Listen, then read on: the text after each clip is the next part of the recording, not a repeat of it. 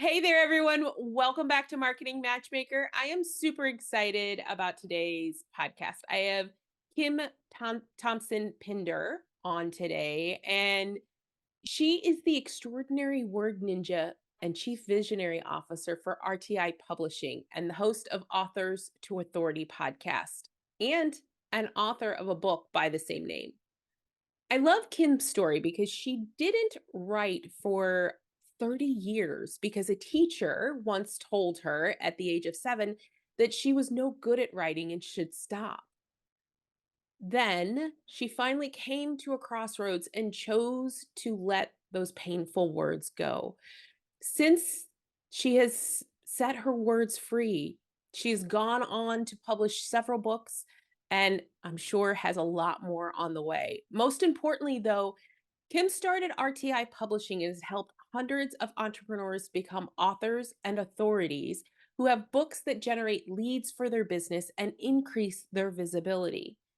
Kim loves to share the power of words on her Author to Authority podcast. And it's actually a podcast that I have been on. I would encourage all of you to go have a listen. It was so fun being on her podcast that I invited Kim to ours so that we could have a conversation around marketing and books and how that kind of works. So, welcome to the show, Kim. I'm super excited to have you. Tell me a little bit about your story. What was it like writing your first book? And what did it feel like? Why did you do it? Did you give up or want to give up? Because I'm sure there's a lot of our audience out there that feels that way. So first of all, Jennifer, thank you for having me on the show. And audience, you've got to go listen to Jennifer's episode. It was amazing. She talked about lead generation unleashed. How do you transform prospects into profit? It was an incredible conversation and you will enjoy it greatly. You can find the Author to Authority podcast on all your major podcast apps and YouTube, and you will go to episode 481. So you do not want to miss that episode with Jennifer, because that is just going to encourage you in to take your business to the next level with some really good, strong, practical hints and tips. Now, you talked about being told at 7 years old I shouldn't write, and the fact that I was able to let those words go. And when I did, I started writing blog posts. And then I realized I had books in me.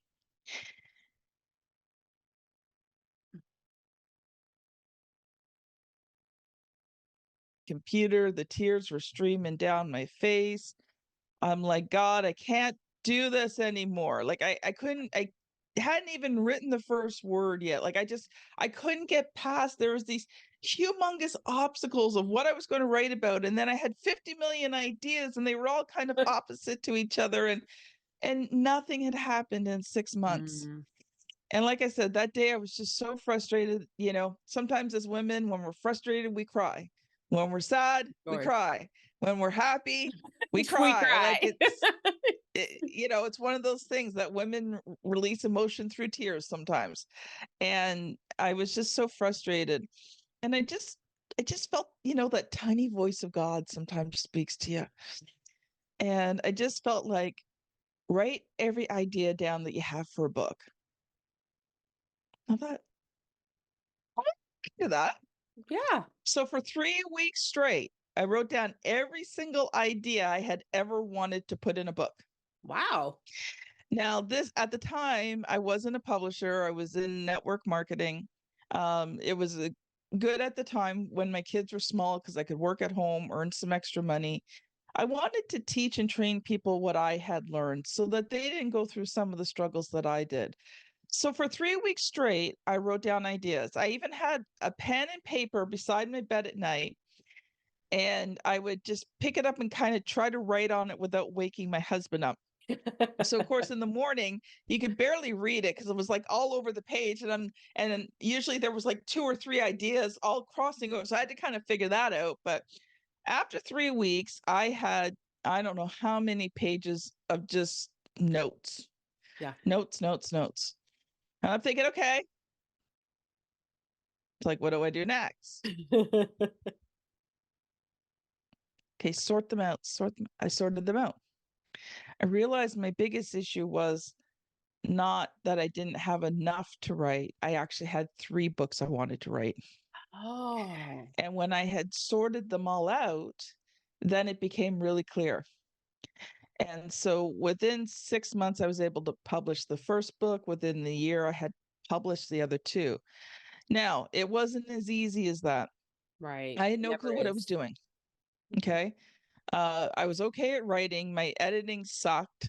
Um, and I didn't know how to format. So that's how do you create the interiors of the book and how do you do a cover? I mean, I can barely draw a straight line with a ruler, let alone design a cover. So I had all these obstacles and I had no money to pay someone to do it. And I had no money for courses. So I would Google everything. I would pay $7 on Udemy to answer one small thing that at least kept me moving forward. The laptop almost went out the window. I don't know how many Oh, times I because I am was so sure. frustrated. The only thing that stopped me was my husband was a computer guru, and if the computer went out the window, he probably would have divorced me. So couldn't throw the computer out the window.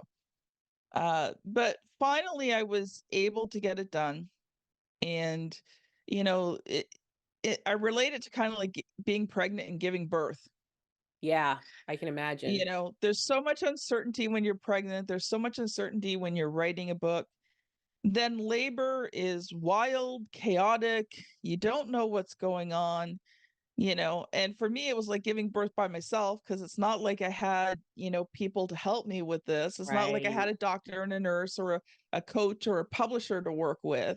Yeah. I was doing this all on my own.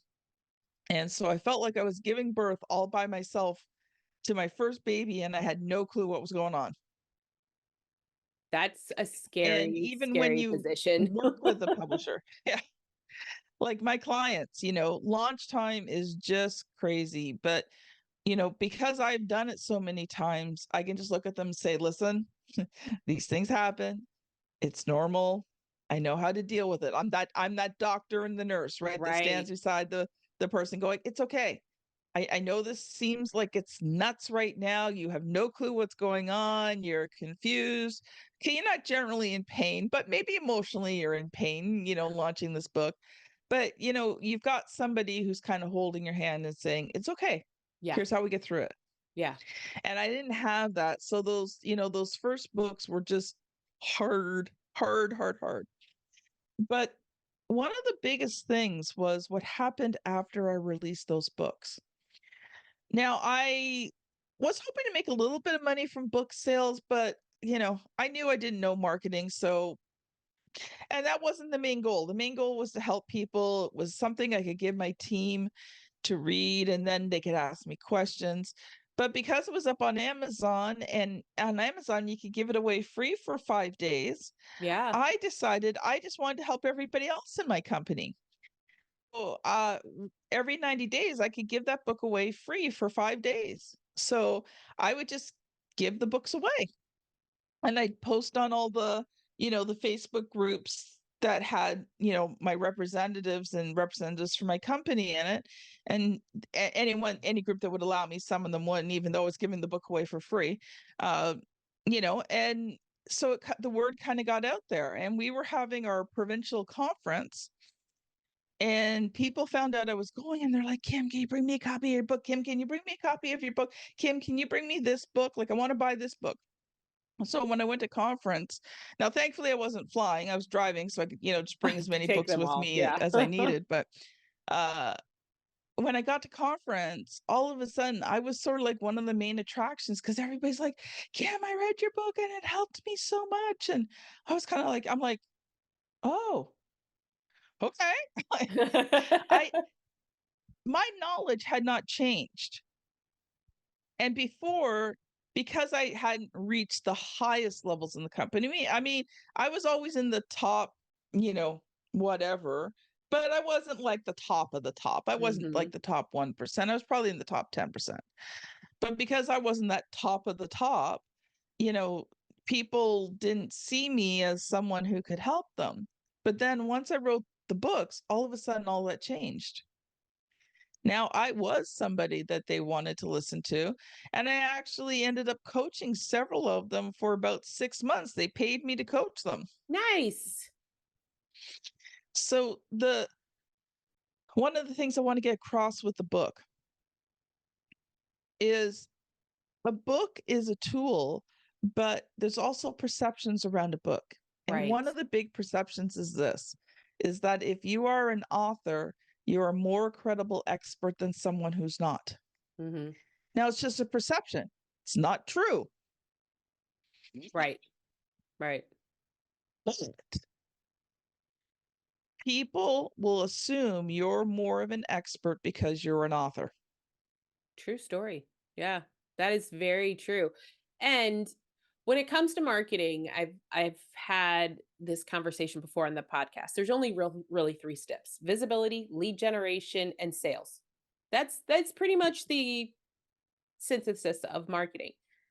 And books often provide visibility and, if done well, lead generation. Yes. Yeah. Here's the thing. When you're looking at building a business, and not just from the marketing side, but especially when you're like a solopreneur or an entrepreneur, a consultant professional, sort of in that space, if you're in the B2B sort of and you have a service. Okay, so we're not necessarily talking e-commerce or some of those other Right. things, brick and mortar businesses. Each of them have their own special ways of marketing that are effective. But when you're in that B2B service space, um, you are right. Your tool becomes a lead generation when it is written correctly.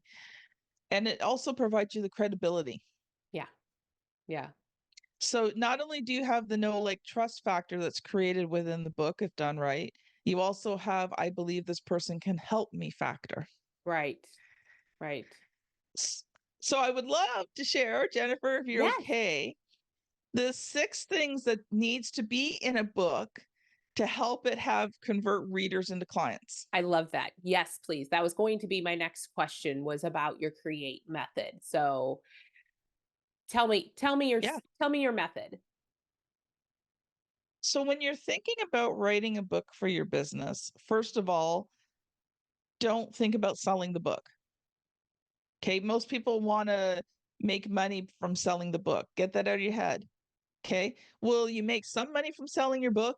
Yes, but in many cases, you're gonna be giving that book away. Right.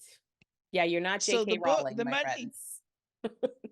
the money you're making is not from the sales of the book, but from the clients you get from having the book. Right. So I want you to think of 6 things, and they center around the word create. So how do you create a book that converts readers into clients? So C, one of the main goals of your book is to create authentic relationships. Don't try to sell in your book. Try to connect. Right. I love that. Think of it as this is your introduction. This is the way that people get to know you, like you, trust you, and believe in you.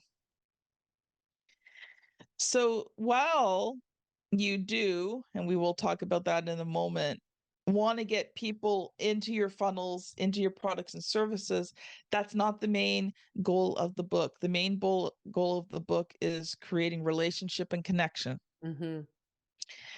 Then R, you want to reveal the real problem. There's something that's stopping a person from getting point A to point B. And you know what that is. But generally, it's not what people think it is. So Right. I've got an example for you there, Jennifer. So you told me you were married, right? Right. Okay, so here's the scenario. You walk into the bathroom, you look down, and the toilet paper roll is facing the wrong way again. I love that. Okay. Now, externally, it looks like she's mad because the toilet paper roll is the wrong way. But if you dive deeper, that's not the real problem. Never about the toilet paper.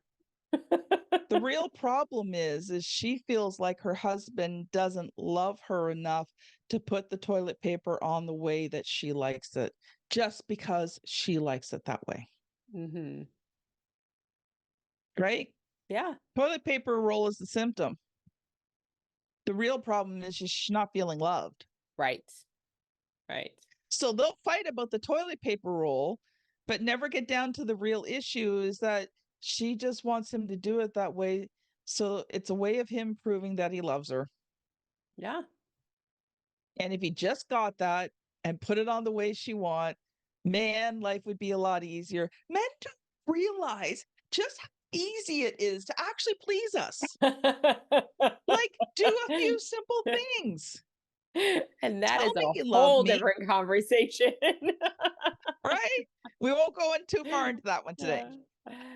But men, put the toilet paper roll on the way your wife wants you to.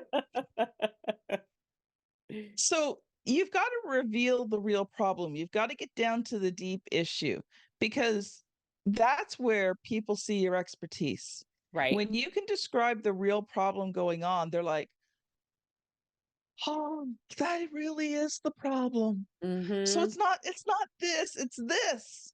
Yeah. And if I solve this, then my other problems go away. Yeah. So you want your book to do a deep dive into the real problems that the person's facing, the real obstacles and the issues that are getting them from going from point A to point B. Then you have E, which is educate and engage. Educate. Now that they know what the real problem is, how do you solve it to get from point A to point B? Engage. Your book has to be engaging. It has to have good flow and readability and stuff like that so people want to keep reading it. But you've also got to engage with them outside of the book. So this is where the marketing piece comes in. Right. This is where you're going to put in call to actions. You're going to direct them to different places where they can connect with you outside of the book. They can Right. become part of your email list. They can get into your funnel. They can join you on social media. They can listen to your podcast. It's just, you've got to bring them out of the book into your world. Right. So, A is your authentic message. Think of it as your thought leadership. How do you describe something in a way that's memorable? And it's not that your message is unique, but how you talk about your topic is unique. See, for me, I use the word create. Right. Right. That's sort of my thought leadership. It's Yeah. create and scale. Create is how you write the book, scale is how you use that book to build your business. Yeah. So now we're at T, and this is where the marketing one's really going to come in. Your book must be targeted. If you write to everyone, you're writing to no one. True Your story. book has to be written to someone, and the someone you're writing that book to is the person that's going to benefit most from your service. So who is that one person that you can totally radically change their life? They'll become your brand ambassadors and tell everybody about you. This is the person that will love you for the rest of their life and you can do no wrong. That is who you write the book to. Now, that doesn't mean that that's the only person it's going to affect. And there's, a whole range of people that's going to affect, but you want to write it to the person that's going to affect the most. Yeah. Yeah. And, a lot of times when I'm working with my clients, they'll want to change this, or maybe we can add this person. And I have two words for them. I just look at them and I go, book two. Yes. Absolutely. Absolutely. I think here's the reality. That's the way all marketing should be. You should be speaking to Yeah. one person at a time, one thing at a time. Be very focused and targeted with your book and with your marketing, and it's going to work. It's when they don't work, whether it is a book or your marketing in general, it's generally because you've gone scattershot. It's generally because you've gone way Yeah. too wide and you're trying to talk to everybody and nobody's listening, or you're trying to sell a million things And that's also going to be a problem because you're confusing people about what it is you really, really want to do. Yeah. Yeah. So that leaves E. Excellently done. Is it well written? Is it professionally edited? And I'm not talking about, you have your hubby or your spouse read the book. Yes. Okay. Now, if they're an English major editor, I think that would apply. But generally, Generally not. you're not going to have your spouse or your sister or somebody like that edit your book. No. I will tell you, as an avid reader, one of the things that drives me the craziest is when people don't edit their book properly. I will put them down and walk away, which means you've just lost your reader and your audience. And so, yeah, that is such an essential piece. We often write, and no matter how many times we look at it, I have to do this with my own with marketing, and I have to have someone else You read it. don't see it. You don't. You've done it so many times. You've read over it so many times. You don't see just that little error. Um, Yeah. my my sister and I were talking. This is actually just kind of sideline and funny story, but she had someone running for like alderman up the street, and he had a poster, and she brought the poster in, and she looked at her kids, and she said, um, "Can you spot the issue?" And he had put on there ARE instead of OUR. We were all like, where was where was your editor? Like, how much money did you spend on that? But just that small thing that we all do because we've looked at it a million times. Yeah. Yeah. Yeah, Our proofreaders at RTI Publishing, when they get a book, they've never seen it before. Our proofreading team does not touch the book until they proofread it for that very reason. You also want a professionally done cover. yeah, They people say you don't judge a book by a cover, but in 2024, people judge a book by its cover. And if you want people to think of you as a professional, expert authority to work with, you better fork out the money and get a good cover done. And yeah, not the cover that you just like. So what we do at RTI Publishing is we usually come up with 3 or 4 cover designs based on a questionnaire that the client fills out because it is somewhat about their preferences and things that they right? like. Okay, they've got to own this cover, but we do up 3 to 4. And usually it's narrowed down to about 1 or 2. And then I tell them, go put this out to your audience, go put this out to your clients, go put this out to people on social media and get their feedback. Because really, it's not about the cover that you want and like, it's really about the cover that's going to convert. Yep. Yeah, that's the biggest And you thing. cannot be emotionally attached to that cover. True story. I think that again applies to all of your marketing. If you, yes, it needs to be branded, it needs to be in your voice, it needs to, feel like you. However, the most important thing is whether or not your audience connects with it. Because if your audience isn't connecting with it, what difference does it make? And I'll also say everybody's always judged a book by its cover.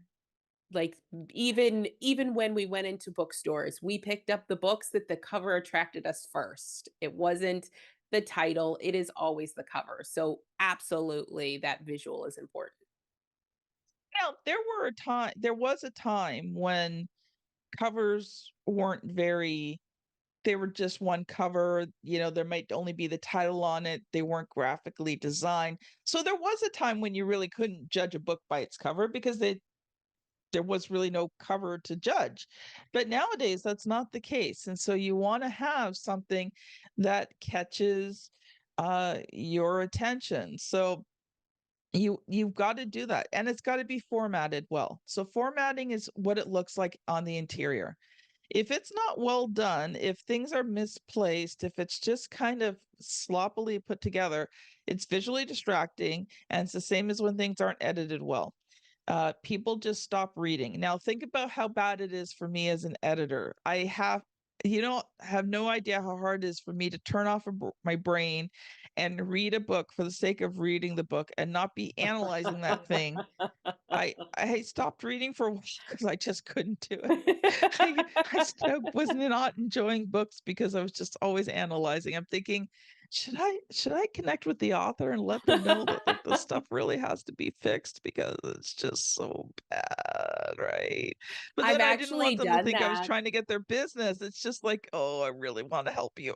I actually this is a fiction author, but there was an author a while back that I actually reached out. She's one of my favorite authors, but whoever her publisher was did not edit her book or proofread it before they put it out there. I actually emailed her and I'm like, I will do it for free. Just you won't even have to pay me. This made me so mad. It was just, I don't know. But yeah, it's essential. Yeah. So that's create. So you want to be thinking about all of those things before. Now the E that you do as you're working on the book, um, you're going to want to make sure that you set aside money for that. And people always ask me how much, and it depends on, the quality of the person. And I mean, for editing, formatting, cover design, you're probably looking, on the lower end, maybe 2, 3,000, on the Mhm. higher end, 5,000, and it's worth it. Yeah, And even absolutely. if you have to save up for it, it's worth it. Because when you put that book in that right person's hands and it's excellently done, you've just massively increased your odds of that person reading the book and connecting with you. If they put that book down because it's not excellently done, you've just wasted all that time and money. Yeah. Yeah, you definitely books are an invaluable tool to business owners who want to establish authority in their Mhm. field. And they are only valuable if they're done well.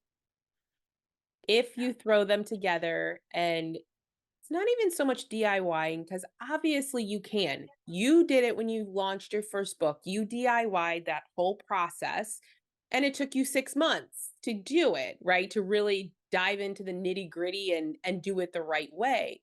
So it's possible. However, if you don't have the timeline of waiting 6 months to a year or the bandwidth to really dive really deep into figuring this out, it's kind of like running your own ads. If you don't have the time to really figure out how to do them well, you get to hire someone to help you along the way in whatever fashion that might look like. So, RTI Now you Publishing, need yeah, go ahead. I just need to clarify one thing because actually our clients, the general length to create a very high quality book is a year.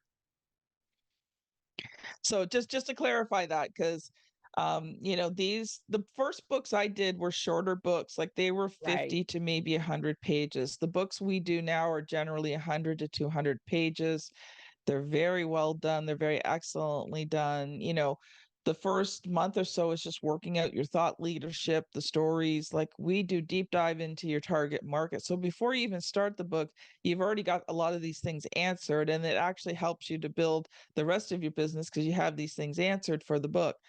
But it does take about a year to Mhm. do a very high quality book. So, if someone says that they can put something together for you in 3 or 4 months, yes, but I'd highly doubt that it's going to be something that's going to be really good. Let's also be real about how long it takes somebody to write. Like if they are writing their book, they're not hiring a ghostwriter to do it. If they are actually writing their book, it may take you a minute to get those words on paper. And, Yeah.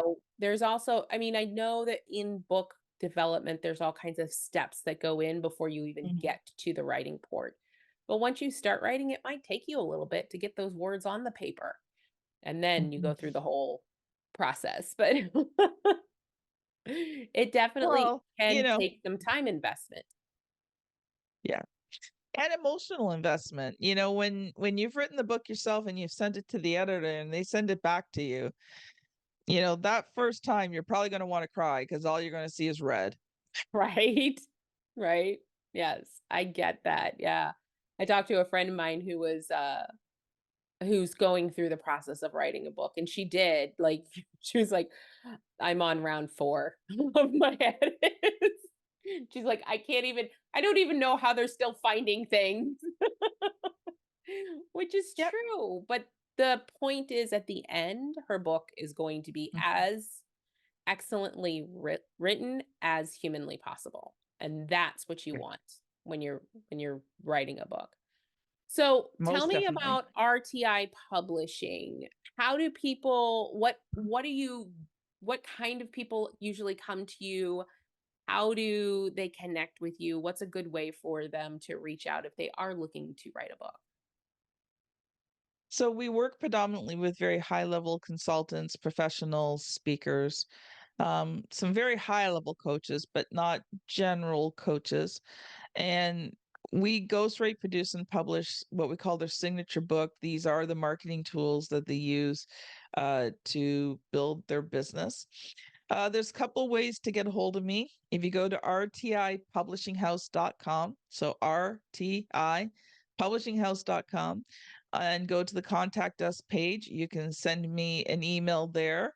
If if you're really serious about writing a book, you fall into that category. Um, I always try to offer a free hour of my time. I don't have a lot of them, but if you're serious about writing a book, I will donate a free hour of my time to answer your questions, guide you on the process, give you the next step. So we'll discuss where you're at, and I will give you customized next steps for you to move forward with a book. And not just with me, but also if you choose to do it yourself. You can also find me on LinkedIn. That's my preferred place. Great. Connect with me on LinkedIn.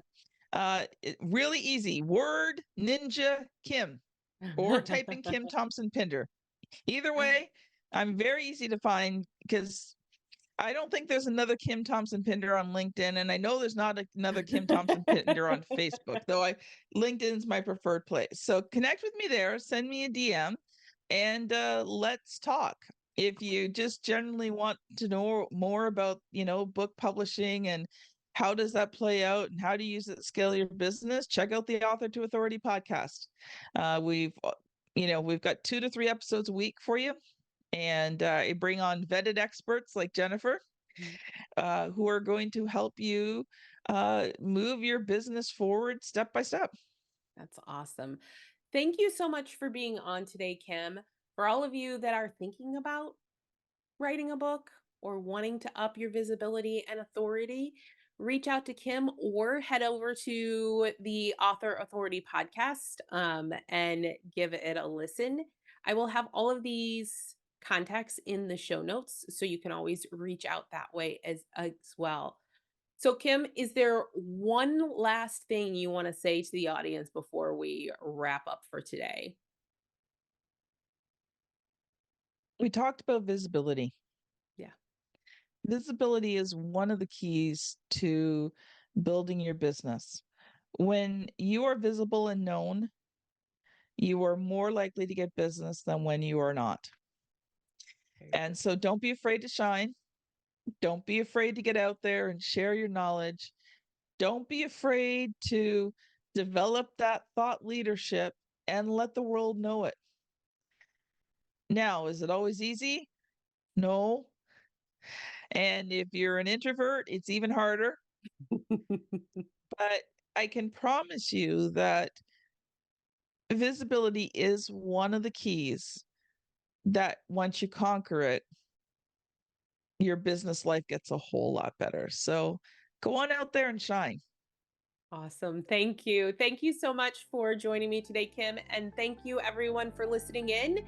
Reach out if you are looking to grow your business, increase your revenue, and scale your impact. Let's get a strategy call scheduled at yourmarketingmatchmaker.com. Thank you for listening to the Marketing Matchmaker podcast. If you enjoyed this episode, I would love to hear your feedback. Please head over to Apple, iTunes, and leave a review so we can hear from you. And if you are a coach, consultant, or online course creator who are looking to grow your business, increase your income, and scale your impact, connect with me at yourmarketingmatchmaker.com. I look forward to hearing from you.